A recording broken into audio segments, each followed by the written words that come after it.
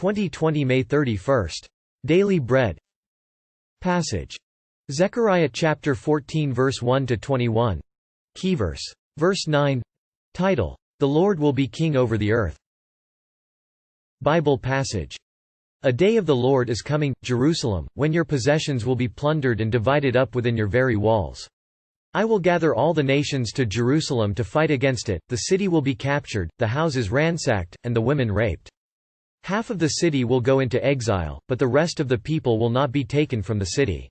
Then the Lord will go out and fight against those nations, as he fights on a day of battle.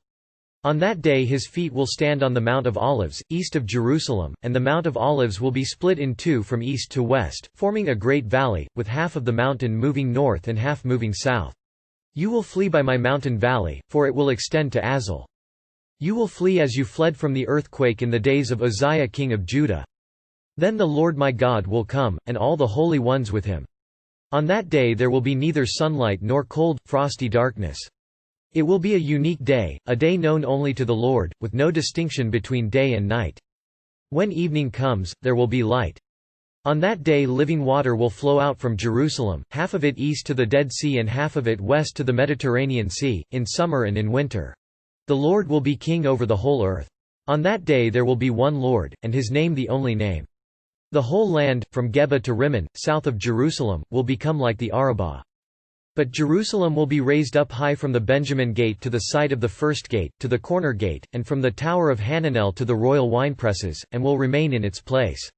It will be inhabited, never again will it be destroyed. Jerusalem will be secure. This is the plague with which the Lord will strike all the nations that fought against Jerusalem: their flesh will rot while they are still standing on their feet, their eyes will rot in their sockets, and their tongues will rot in their mouths. On that day people will be stricken by the Lord with great panic. They will seize each other by the hand and attack one another. Judah too will fight at Jerusalem.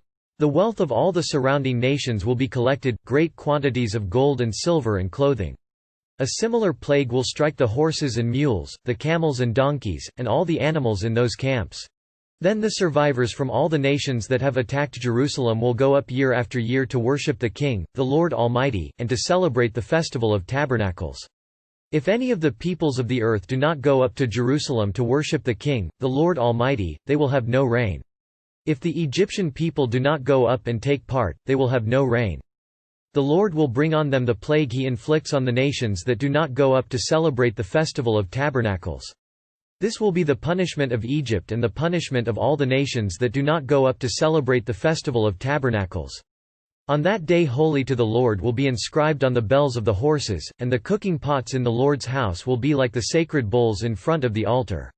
Every pot in Jerusalem and Judah will be holy to the Lord Almighty, and all who come to sacrifice will take some of the pots and cook in them. And on that day there will no longer be a Canaanite in the house of the Lord Almighty. Daily Bread Message. 1. On that day there will be one Lord. Before the Messianic Kingdom is established, all nations will gather against Jerusalem to destroy it. The Lord will go out and fight, rescuing his people. That day will be a unique day. There will be light day and night, living water will flow out from Jerusalem, and God will be king over all the earth, his name the only name. Zechariah had this hope: the Lord my God will come, and all the holy ones with him. Jesus teaches us to have this same hope, when he foretold his coming again.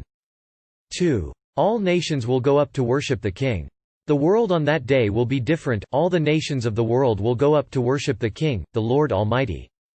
The Feast of Tabernacles was the harvest celebration. God's blessings will be poured out on all who dwell together with him. All will be marked holy to the Lord, even the horses and pots.